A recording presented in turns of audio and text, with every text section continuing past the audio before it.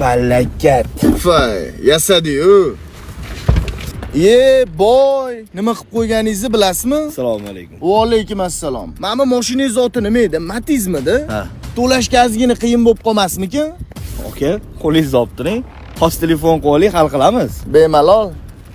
O'rtoq mashinani urib oldim. Mashina ham o'ziniki emas ekan-ku. Mani mashinamni haydab kelur, bunyotgan rayonidaman. Qarashim.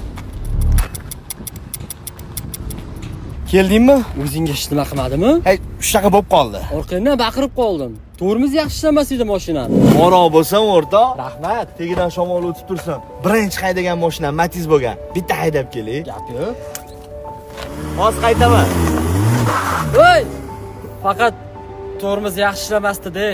Endi palakatda hozir hal qilamiz. Oke, bu Gentrani bamferi nech pul turardi? $100. $100. Mana bu $200. Qolganini et-betiga ishlatib yuborarsiz-a mashinani. Bu temir, oka. Uzoqni yaqin qilish uchun o'ylab topilgan.